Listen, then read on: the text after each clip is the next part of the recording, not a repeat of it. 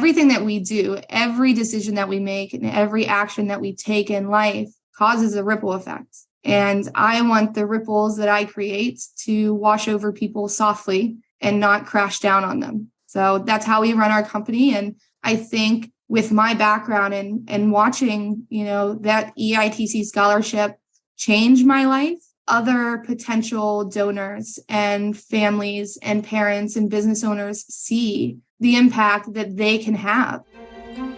This is Women Who Build Empires, a podcast celebrating women entrepreneurs and thought leaders who are turning the tables on outdated old school belief systems and building business empires that align with who they are, how they work, and how they are leaving a lasting legacy. And I'm your host, Emmy Kirshner, serial entrepreneur, investor, and business consultant for ambitious women entrepreneurs who are boldly taking their business to the next level. In each episode, you're going to get to know the women who are unafraid to put it all on the line as they share the stories of how both success and failure have helped them become incredible CEOs. Every once in a while, I meet somebody who I can't imagine being in their shoes and walking the path that they have walked. And today's guest, Alyse Maslonik, is definitely one of those people. She has had incredible challenges while growing up. She went from living in a domestic abuse shelter to creating a self-funded business that now raises millions of dollars for underprivileged children. She is the CEO and founder of RedefinED Advisors, which is a strategic development partner for non-public and private schools that offers a wide array of services to help schools grow funding and enrollment. And she's also a complete inspiration. She has quickly grown her company and become one of the top 3% of women-owned businesses. And in their interview, not only does she share her story, her passion, why it's so important to make great education available for all kids, regardless of their socioeconomic status, but she talks about how she's building her team very, very differently and why that matters to her. Hey, Alyse, I am so excited to have you here today. I was just saying before we hit record that I'm completely blown away by your success. You have made magic happen in the last year. So share with everybody a little bit about what you're doing and your rise into becoming, I think it's in the top 3% of women business owners. Well, thank you, first of all, for having me. It's such a pleasure to be here. So my name is Alyse Maslonik, and I am the founder and CEO of RedefinED Advisors. And we are an outsourced development company for private schools K through 12 throughout the United States. And we help raise funding and grow enrollment through some really cool capability to identify prospective families that are interested in private enrollment lead generation technology, that we have the capability to identify prospective families that are interested in private schools. And it really transforms the admissions process for private educational institutions throughout the United States. And my story, it's been wild, honestly. There's really no other way to describe it. I started, my life, and I think the catalyst to all of this is when I was young. I grew up pretty poor in a very abusive home. And I used to, as a fifth grader, just walk to the local church by myself. And I would go there 3 times a week. And eventually one of the pastors said, if you want to go to our school, and I know there's tuition, your family probably can't afford it. We got what's called an Educational Improvement Tax Credit Scholarship, and we can cover your tuition if you'd like a chance to attend a private school. And I was so excited because I was one of those, I always call it a why kid, a why student. So if a teacher would talk to me and tell me to do something, I would always ask why. And so oftentimes that would come off as defiant, but it really wasn't. It was, looking back, I'm very purpose driven. And so I needed to understand why I was doing something. So in public school, I was really just falling through the cracks and seen as a troublemaker.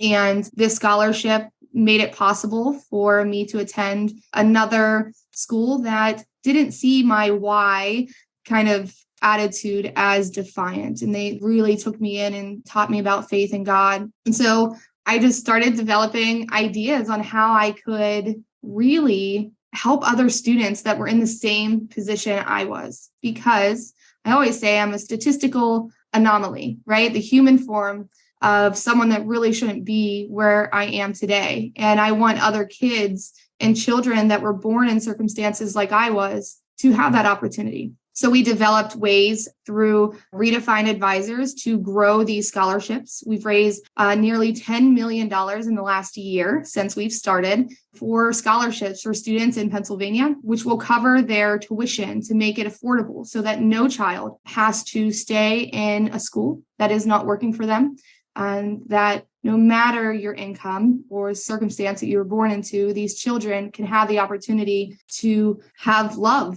at school when maybe they don't have it at home. Yeah, it's amazing. Like your story that one person made like a huge difference and was really a catalyst, and how not really random, I guess, but random in a way, like you happened to be the one person that he asked. Like that opportunity was kind of divine intervention in some ways. I agree with you. I always say I think that our company has grown so quickly because we were founded on the belief that a simple act of kindness can transcend generations and change the course for entire families through multiple decades, just from a simple act of kindness. And that's how I run my company. And this EITC program where we raise scholarship funding is built on that belief.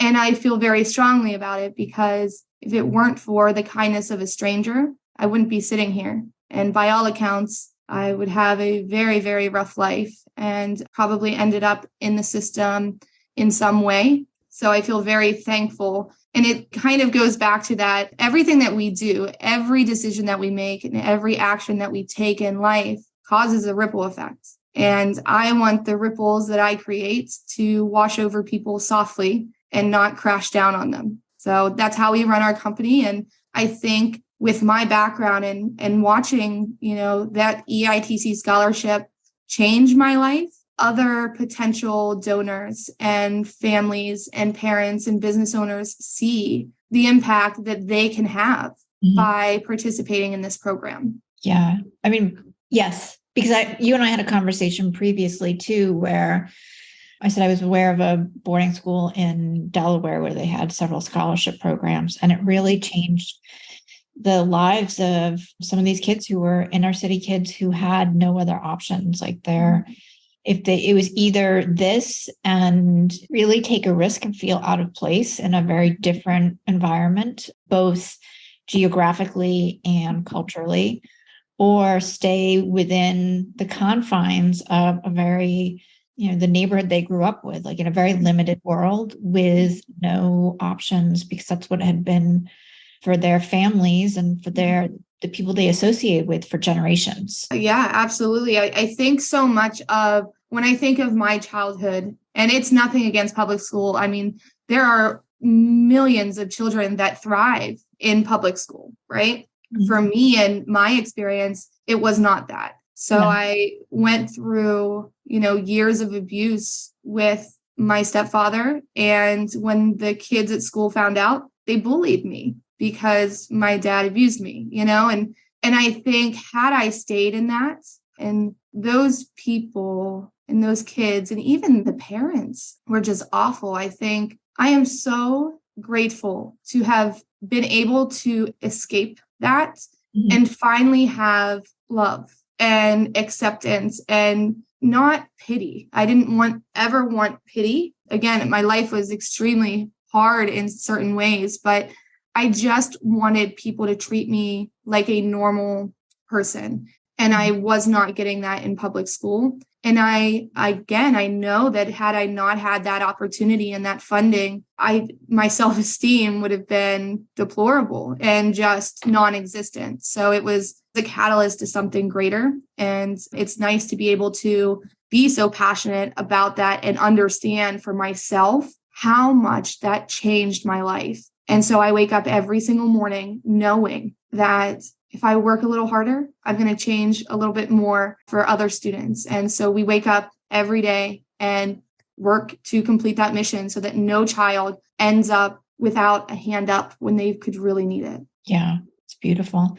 What is the impact of generational poverty on a child's future success? Because to me, it's very limiting. Yes. That's such a great question. The impact of generational poverty is huge. Again, I know I've been there, and it's like being stuck in the mud and you're just, full speed, full gas. And the more that you push the gas, the deeper that you sink, right? Because it's this mindset that surrounds you, and not just your own family, but your extended family and the people that your family surrounds themselves with, right? No one's ever made it. And you seem crazy for believing that you can. And I think for so many children, you look at the statistics, and the children that end up incarcerated or addicted to drugs and those types of outcomes, they're extremely high. And being able to escape and have, a school or someone show you a different path, that it's not crazy, that you're ambitious and you feel like you're the one. I always say, I know, and I've always known from a young age that I was the one in my family that was going to make it stop. I knew it. I believed it. And I know there's so many kids out there that feel the same.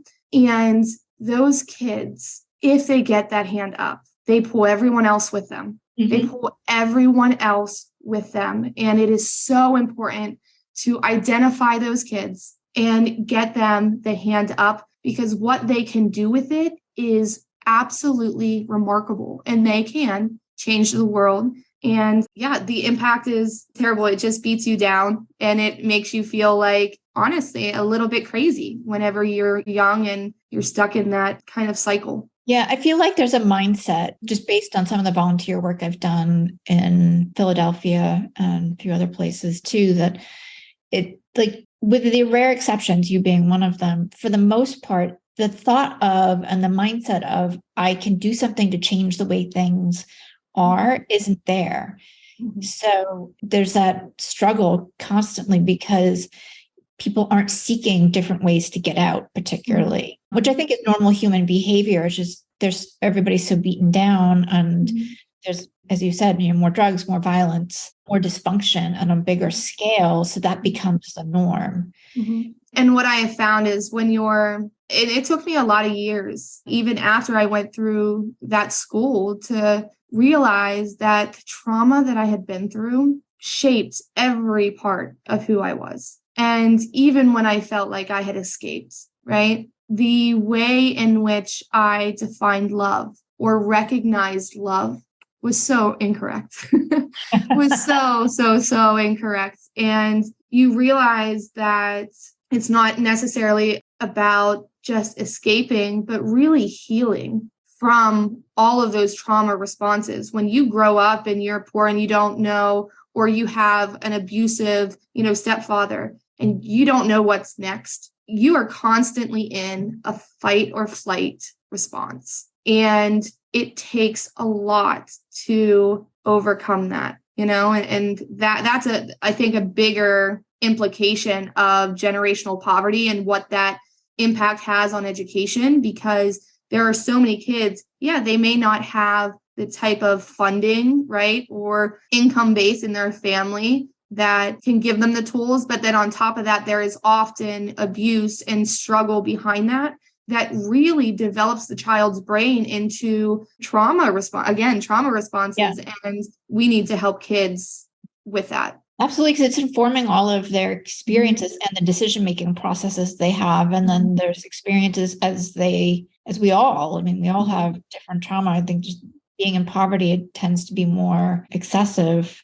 And obviously not always, but a lot of times. And then you grow into an adult with these experiences and the filter almost of this is the expectation. So then you have triggers to things that really aren't there. And doing the work to uncover all of those and to slowly remove them isn't easy. No, it's really painful. And I remember I was almost 30 years old when I realized, Alyse, you still are reacting in the way, I think about the trial and testifying against my stepfather in that criminal case. And I ended up having to just go through some custody stuff for my son, right? And I froze on the stand. And I realized, my goodness, I never realized the impact that watching this man, my stepfather, do in horrible things to not just me, but other people. And being able to walk away a free man after, right? I listened to the non-guilty verdict. I watched that judge cry and say he was sorry, but that he couldn't give, the guilty verdict. And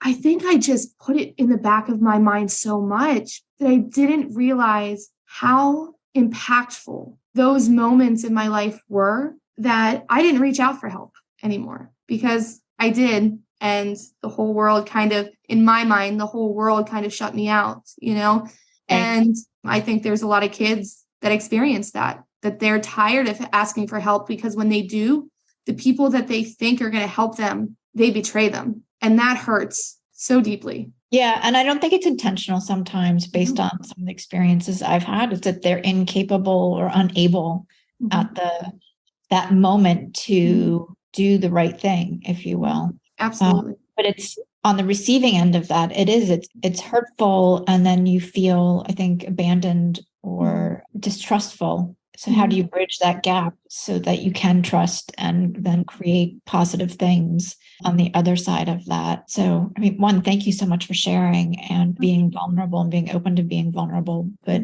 two, I think you're not alone in the experiences that you have had, and we have to talk about them more.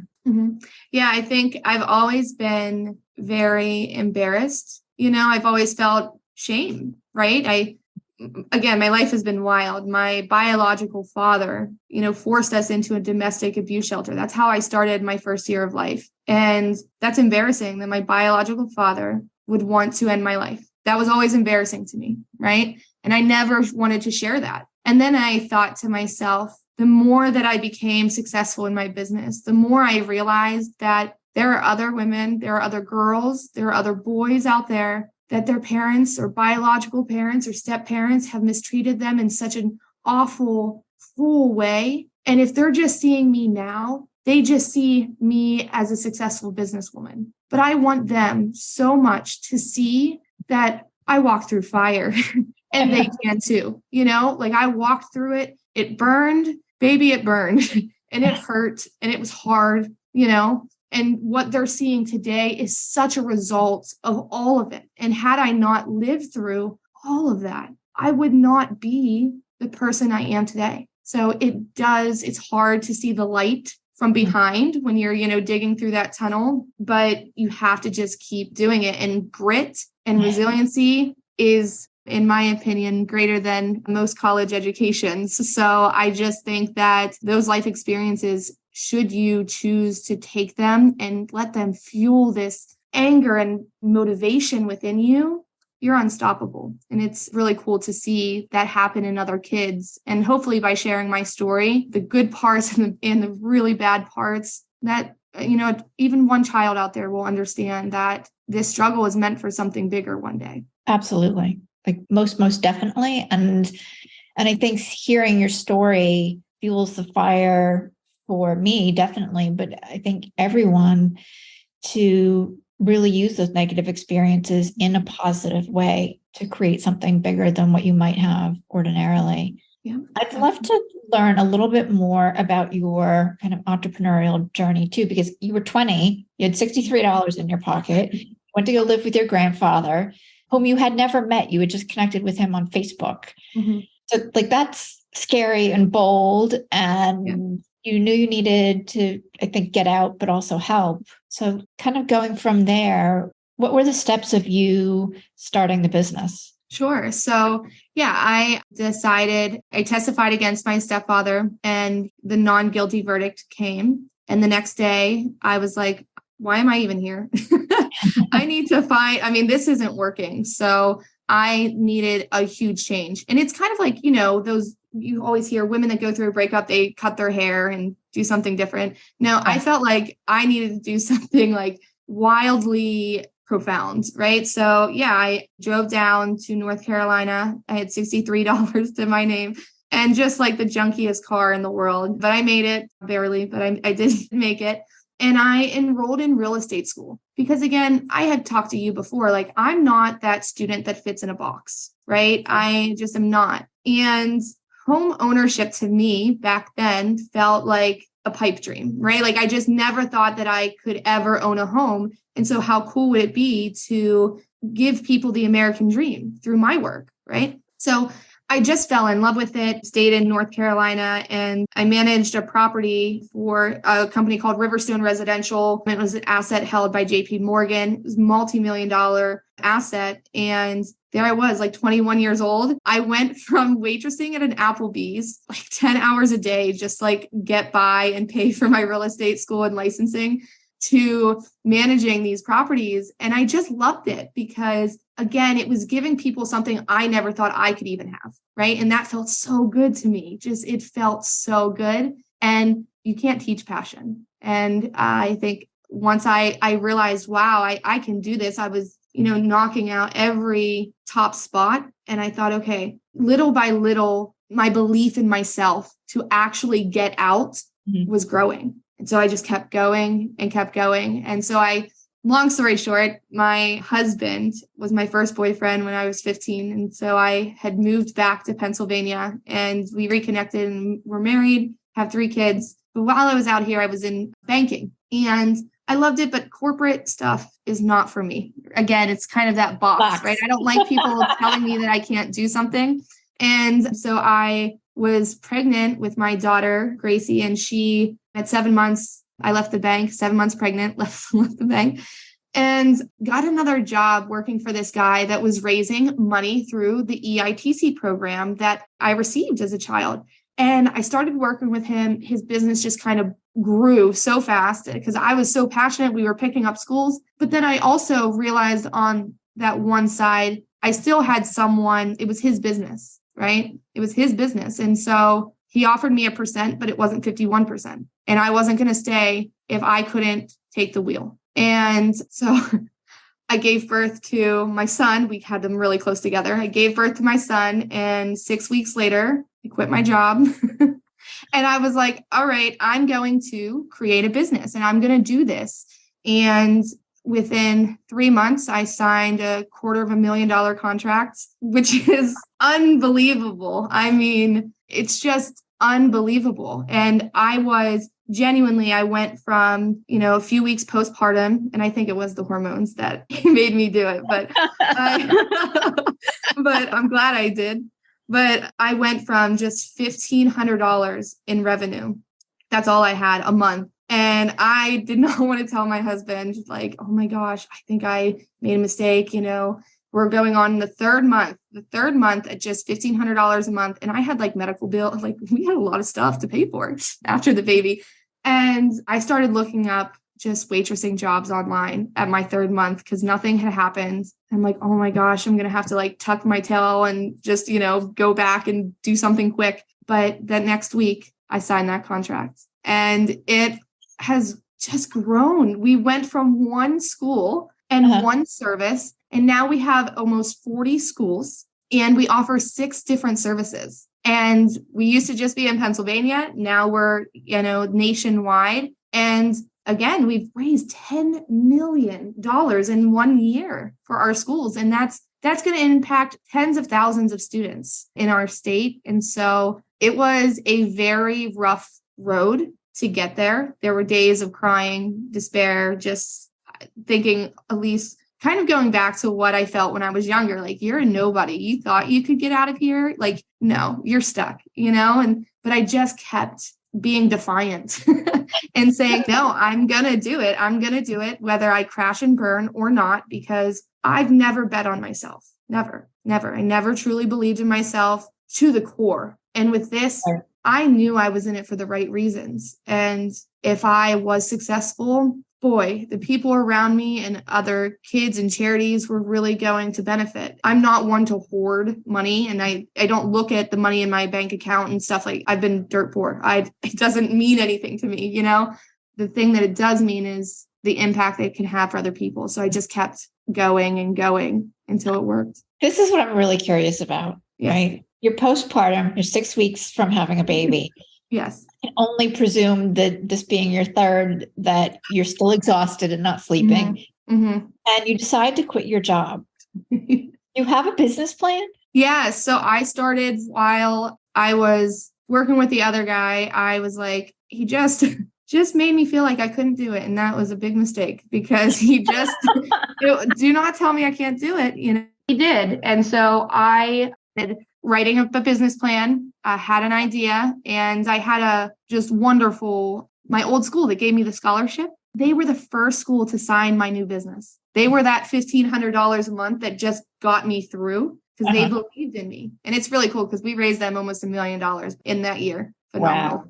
But yeah, I think I was a little crazy. I was so exhausted, just delusional, but delusional in such a way that now I had these 3 children and I didn't want them to feel like I did my whole life, that you have to fit here. Like, this is all you were meant for. You know what I mean? You're high enough in life. Like, you don't get to go any higher on the ladder. I didn't want them to feel like that. And I just was not taking failure as an option. It was not even an option in my mind. I believed it. I actually took all the contracts that I wanted, that $250,000 that I signed. There were several schools that needed to make that up. And I printed out the contracts and I signed them because they say, if you do that, it works, and it really swear it did. And I genuinely believe it to this day. If there is something in business that I want to have happen, I go through the motions and act as if it happened already. And it works. At least it's worked so far. But no, I think a lot of it is I have a great team too. So one of the women that I work with, her name is Brooke, and she worked with me at that other development company. And I told her my idea and she was like, Alyse, it's a little crazy, but if you go and you are successful, she's like, please call me. I will follow your vision, to the ends of the earth. And she does. And she was the first person I called. And so it's kind of me and her, 2 moms on a mission to make a difference for students. And they're very committed to the mission. And I don't want an employee that isn't committed to the mission first. Like, they have to be committed to that vision. Yeah. Well, and that's what, for me, at least creates the best teams. Like, if everybody's bought in, then you're all blood, sweat, and tears and laughter and joy all at the same time in those moments, but you're doing it together and you solve bigger problems better, faster. Yep. I tell my husband all the time. So we mostly work from home and he works downstairs. And I keep telling him, I'm like, I need an office downstairs. He's like, Alyse, I cannot work while you, Brooke, and Kat are the 3 that we really brainstorm. We have these brainstorming sessions every morning at 8 a.m. of like, what are the problems? How are we going to solve them? And they last for like an hour, sometimes 2 hours. And we're just, women on there coming up with ideas. And it is so important to have that team around you that sees it, wants the same thing, and we're willing to put in the work because it's making a difference. And we know within our lives how much it has helped us.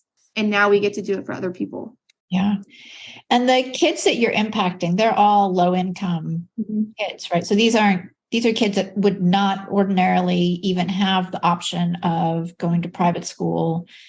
So how do you see that fundamentally changing the communities that they're coming from? Because you said when one kid gets out, they lift everybody up. So as I said, what are some of the stories that you're hearing? Yeah, so it's really wonderful to see the difference that it is making. So we've had even the woman that I work with, her name's Brooke, and she had a daughter that was being bullied in public school, like pretty bad. And she just didn't feel like she had another option. At the time, we were working with another man and we weren't making very much money at all. I think he paid us like $11 an hour. I mean, yeah. And but she couldn't afford tuition, And so now Emma is her name, and she goes to a private school and she doesn't have that bullying and she's just flourishing. Like, it's wonderful to see. And like, her friends are transferring to these schools and realizing these parents in these communities that felt like there were no other options because they can't afford tuition.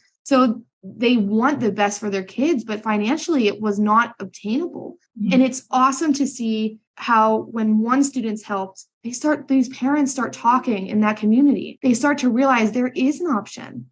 And it's watching one child go to a private school and, start feeling loved and thriving, and then them talking and more students just keep coming to that school. So we've seen that again and again. And that is what makes me happy, because, these kids that aren't receiving these scholarships, they'll never know my name, and they'll never know Brooke's name, and they'll never know RedefinED Advisors, right? Our name's not on it. And we know that those dollars directly impact students, right? But the impact, that secondary impact, is much larger, right? Of one student gets it and then more students are able to. So it's really cool to see kind of the silent change that we're having and the impact that we're bringing that is faceless. And that's how it should be when you're doing good work. It's not about you at all. I hope no one knows my name when it comes to a scholarship, because I want them to understand it's a stranger, and a stranger helped them and has changed their life.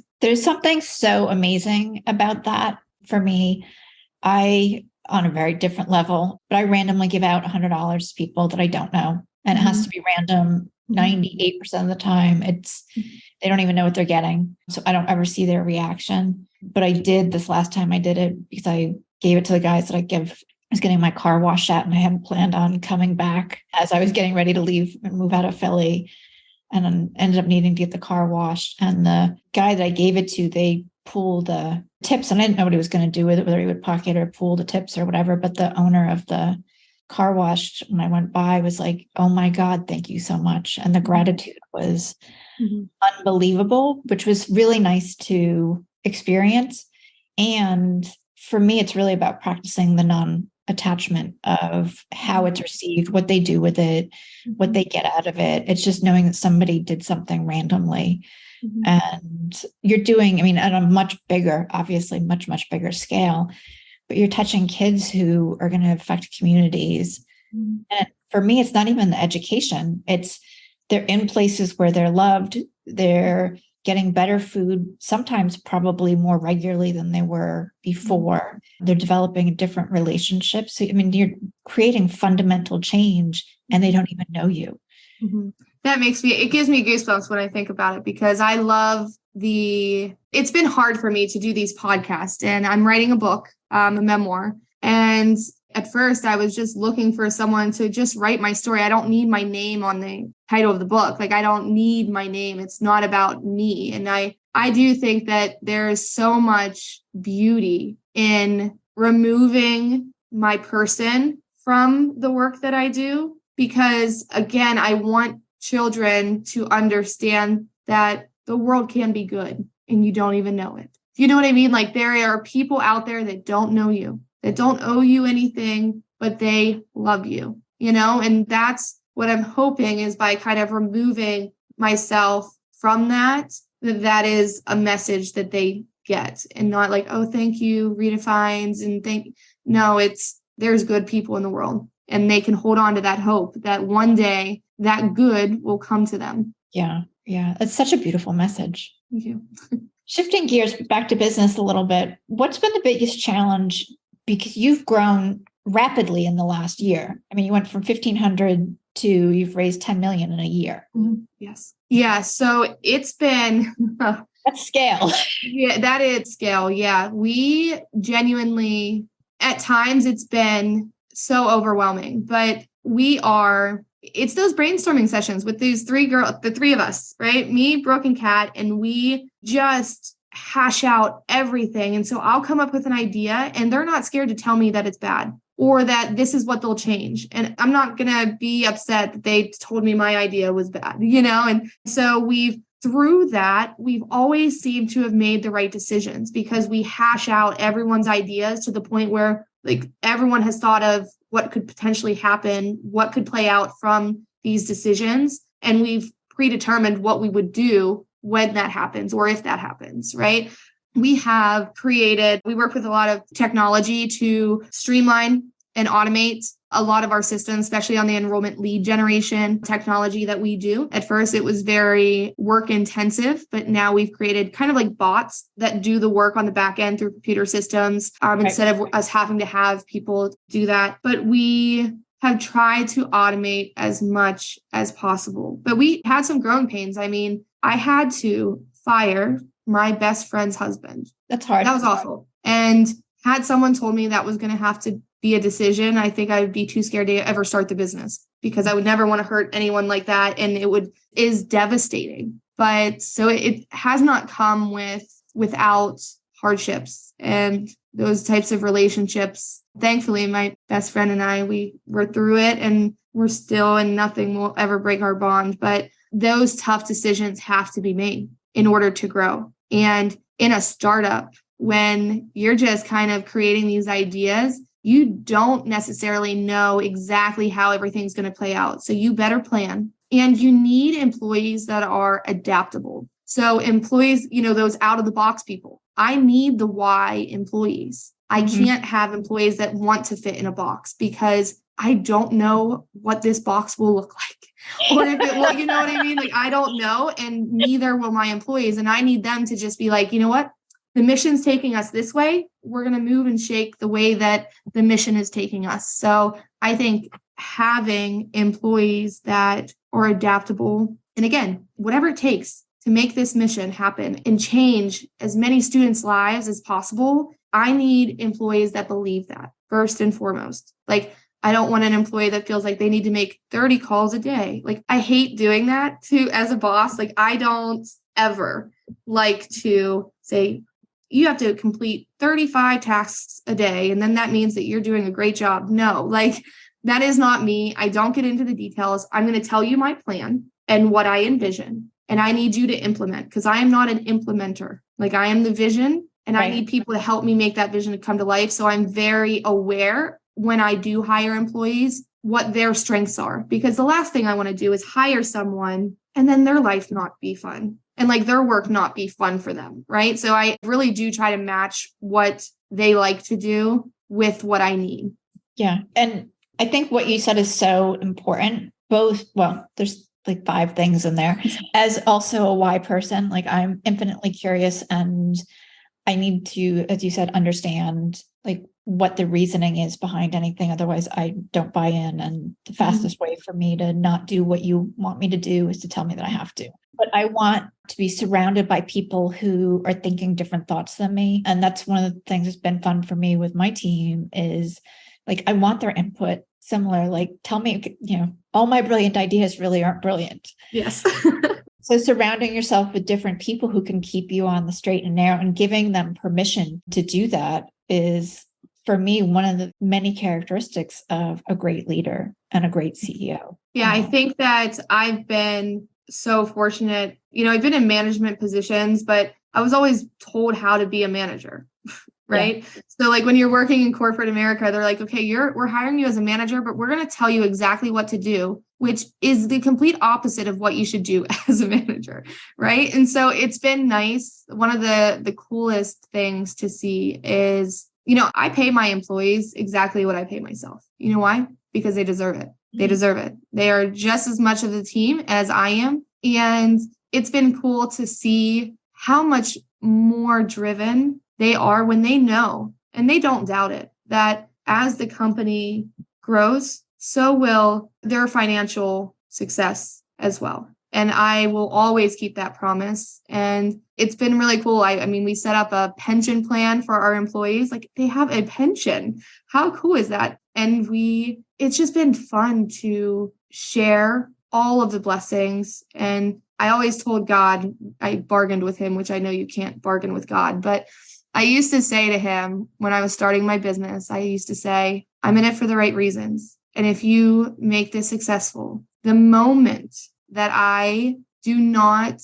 give back and that I start to hoard the money that comes in, take it all away. Please. And I believe that with every fiber of my being, that the moment that I start feeling like, oh, I don't want to give to my employees because I could have this, right, is the moment I wish God takes it all away, because that's not why I started. I am so happy in my life, even if I'm poor, and I don't want all of this. It actually scares me sometimes because I don't even know what to do with what has come in.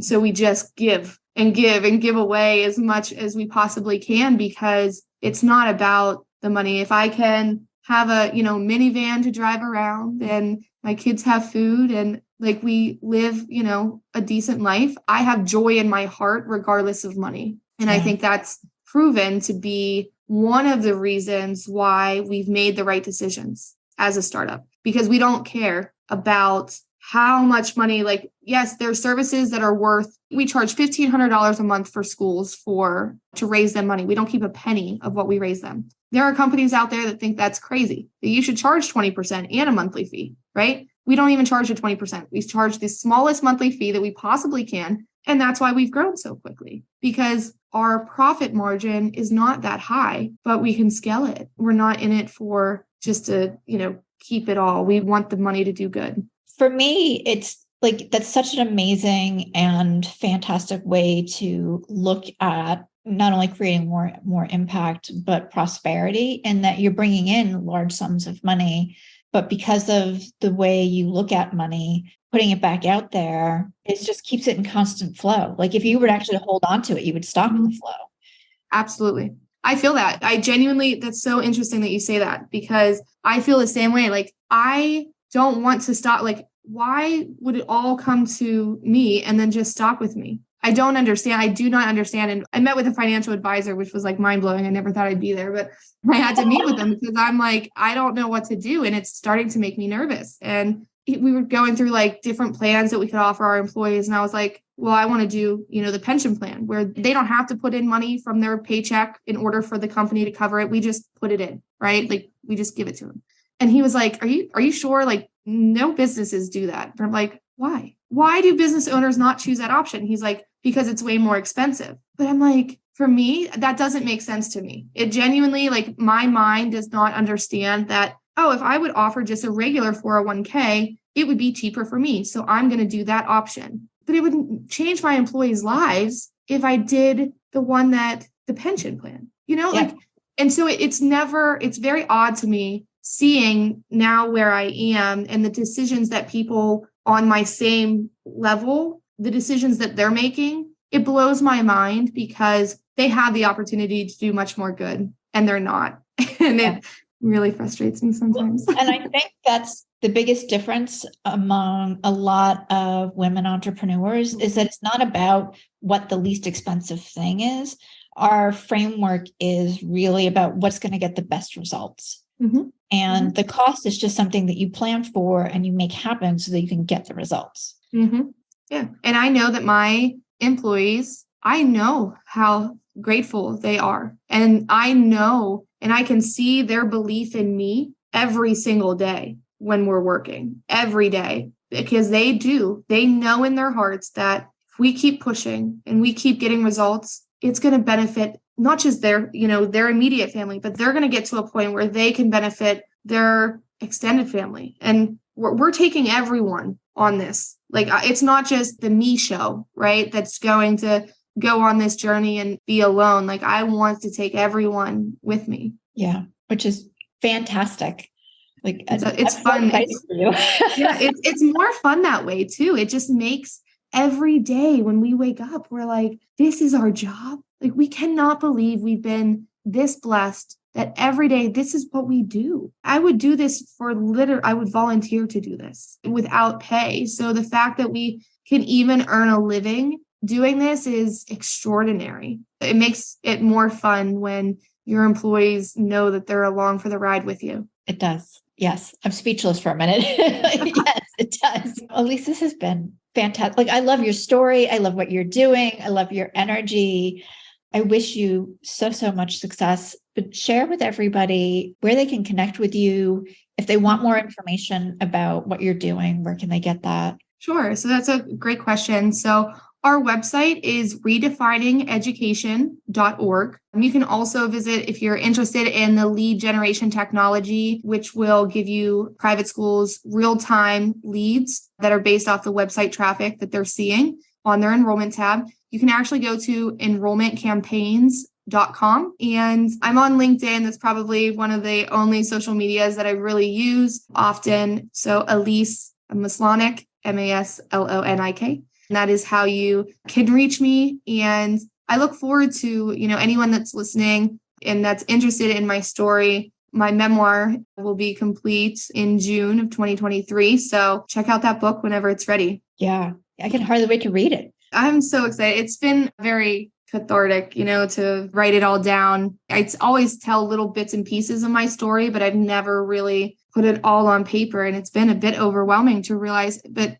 beautiful too, to see, wow, look at everything. And you're here. So it's been really kind of cool too. Yeah, because it does, like, I'm sure most of the time you're only focused on one, like, little pieces of it. So to see the whole story kind of from the 30,000 foot view is, yeah, because that's what I'm looking at. I'm like, holy God. Yeah. It's really cool. And I try to, like I said, for so much of my life, I just very steered away from talking about it because I didn't want people's pity. I didn't want to feel that shame. And now it's like, okay, I'm just going to lay it all on the line here because some child out there will benefit from hearing the story. So I'm going to do it, even though I'm scared and nervous to share it all. But I feel like that's why I struggled and why I've been put on this earth. I really believe that. So I just got to be vulnerable and live in the truth. Yes, I wholeheartedly agree. For all of us, not just you, but for all of us, because the vulnerability creates connections. So, Alyse, thank you so much for being on today. I'm so sad that we have to wrap up. I appreciate it. It's been a great conversation. So it was great to see you again. And I look forward to maybe catching up in the future. Absolutely. It's my hope that you find at least one nugget of value in each episode of Women Who Build Empires.